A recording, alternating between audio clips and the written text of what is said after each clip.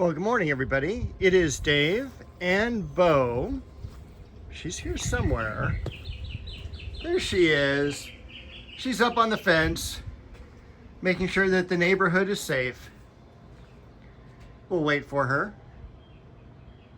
as she's ready for her close-up. Do you need my help? What? All right.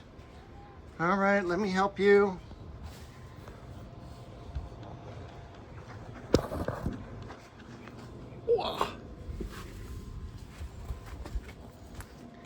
Okay, she has been helped and she is now ready for our video.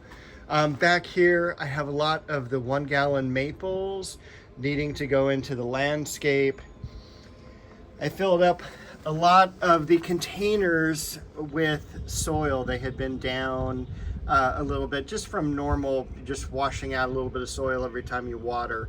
So I refilled those so that they would have more water for the summertime to be absorbed by the soil. The quince, last year's bearded irises that I ordered. This is how bad I am. I want to order different varieties now. We have the trachelium back here, a couple more 1 gallon maples, and then a few other odds and ends that need to be planted. And not even a few, a lot more. So over here, we've got our geraniums, a few Shastas, a beautiful conifer.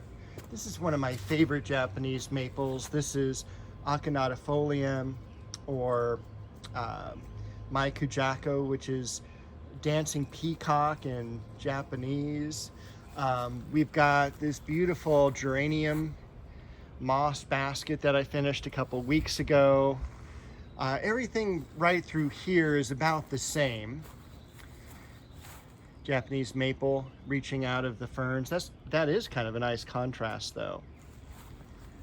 Bo following us.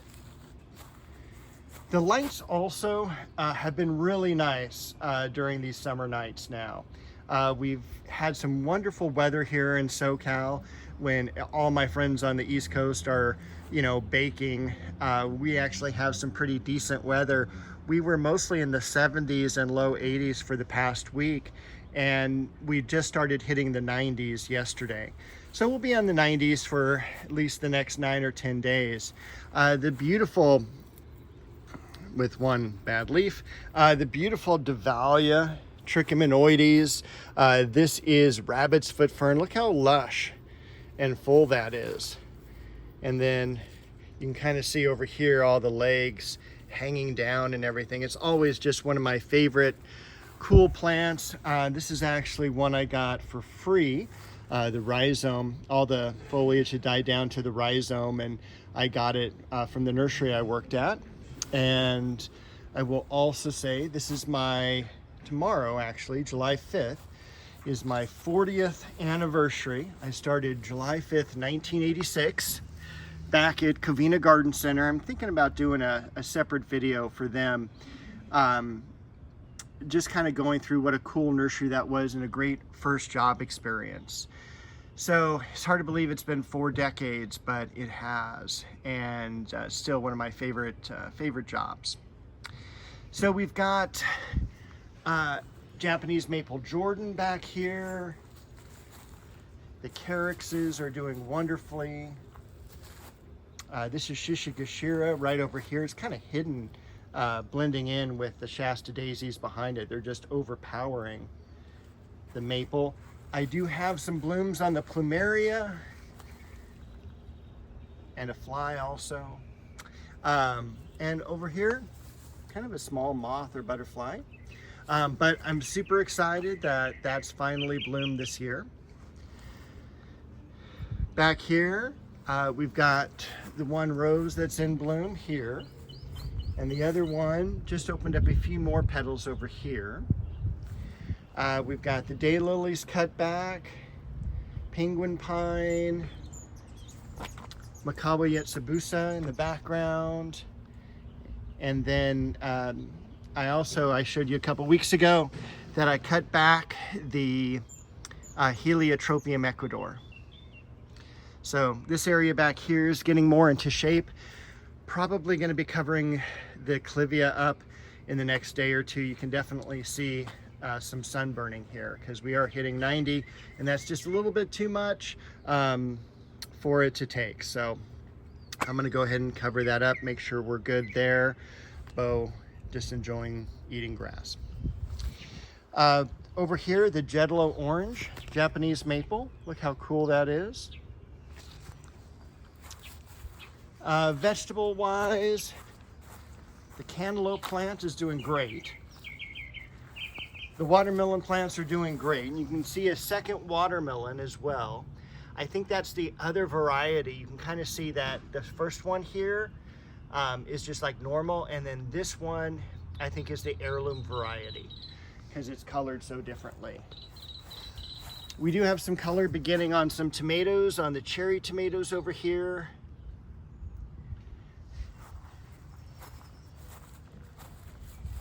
This is Lemon Boy.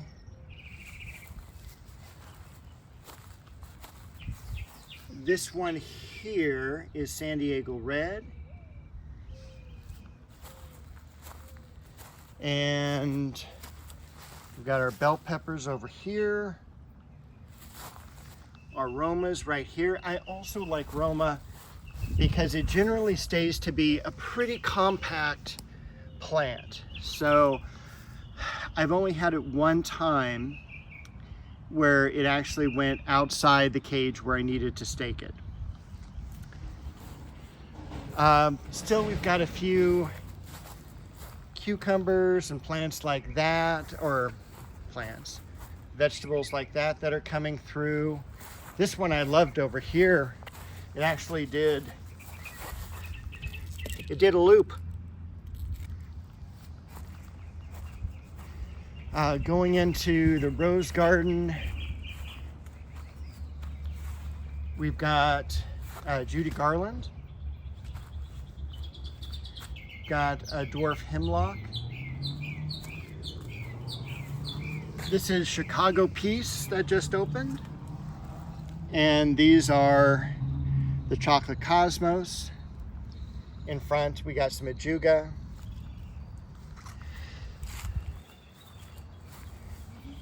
I forget the name of this plant, but you can see kind of like almost the delicate like flowers here. I'm not sure if you would call those like a woodland type mix or something like that, but this is in the same family as African violet. So you can see how vast these families are. The dogwood also in the background, starting to get some leaf burn because we did have some hot weather yesterday. I'll probably cover that up as well, probably tomorrow. A few lilies still blooming over here. These ones kind of just coming into bloom. It's a beautiful image right there. Crabapple in the background. We've got the olive bush, which hopefully will be an olive tree pretty soon. Sweet pea bush. This is Garden Party. The triple grafted plum tree, look how large that's gotten. I mean, that's done really well. I keep wanting to top the tree, but I'm like, you know, it's putting on so much growth that I'm gonna leave it for right now. This is also, this tree lily is doing amazing. I mean, we've got 1, 2, 3, 4, 5, 6, 7 spikes coming up on that. And it's just incredible. It's so funny because in the evening, this is so fragrant. And you can't really smell this during the day. But I mean, it's just such a cool tree lily. And it's like, you know, this top one here, that's 6 foot. You can see it's over the fence line. And the rest are about 5 feet. So very, very wonderful plants. This is only the 3rd year at most I've had these. We've got a Lynn Anderson coming into bloom. We've got a bow right behind it, trying to get her catnip. And then where I've spent most of my time, because I need to do more yard work, but it's like a couple hours every night, has gone to the picket fence. I am almost done. I am about 90% of the way done. I need to do a second coat of paint on the panels here to the left. I just got those installed last night.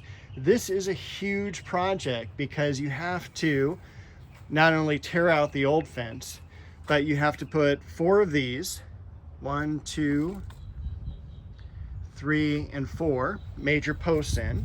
So you got to make sure that they're in the right space, not ahead of or behind any of the others, so they're in a straight line, they're right at the same height. Home Depot does sell a picket fence kind of like panel, but their wood is so flimsy and it's so expensive. It's like for this entire, space, like let's say it's 6 feet, 8 feet, they want like $60 for it, let's say. And the wood is not as good as what you have here with the 2x4s behind it. So what I did is I just went and got a couple 2x4s, did them myself as far as cutting them so they're going right between the 4x4s. Then the picket fence panels, they're like $240 each. And so we did 14 panels, 14 pickets, I should say. So we got 5, 10, and then 4 more. So that's only maybe $35. The 2x4s, which are more bulkier, much more better, substantial than you would get with what they had as the pre-made, which is what I used before. And so this is just a much more solid structure. And I made this little cutout for Bo so she could travel. I haven't put the locks in because I'm still painting, but I wanted to show you how this now opens all the way. So what I did from the last fence is I moved this 4x4 over so that it lines up with all the bricks. So that's what I did there. I made the door itself a little bit wider so I could move the trash cans in and out without any problem. So the door swings now flush. And then over here, because the door was wider and the other side was wider, this is actually, even though it doesn't look like it, it is shorter. It was technically like right about over here, so it is over about a good 6 inches. So that's what that's going to look like. And what I'm going to do is I'm going to take this brick pathway here, or edging, and I'm going to bring it out more so that it connects to the 4x4 like this side does. So it'll be a little bit narrower pathway when we get over here, instead of having kind of this weird little area that's about maybe a foot and a half wide. So that's what I've spent last week doing, but I am super thrilled that it is pretty much all done. But I'm going to take a look at that again from a little bit wider area there. I'm so happy. I can't wait until next week when it's fully completed. It is also 2 coats of paint. I didn't realize how expensive paint got. The last time I did this, I know I only paid like maybe $25, $30 a gallon. I had to pay like $62 a gallon for that paint. But definitely worth it. It looks nice. And it is 2 coats on everything to the right and 1 coat on the left right now. We'll finish that later tonight. Add the latch for the gate and we'll be completely done. Over here, this is an old-fashioned rose sterling silver. We've got the Indian summer Japanese maple, and then behind we've got the red dragon. One thing that's done really well this year is the flowering apricot. It's just full and beautiful. I'm super happy with that. We'll cut across over here, show you how the society garlic is growing back. It is like crazy how fast this stuff grows back. A lot of new blooms coming up. Again, probably don't recommend it for the summer in most climates, but that is what I just had to do because it was so out of control. All of this is because of possums and raccoons. So they are getting in, pushing, and with all the mulch. The magnolia in the back, nice and full. And then over here, we've got blooms on the other Society garlic. And then this area here, lastly, the good news here, no issue with the double flowering mandevilla. And the dianthus are looking good. They transplanted well. Angelonia is still in bloom. Daylilies were cut back and cleaned up. My neighbors are starting to play some heavy metal music.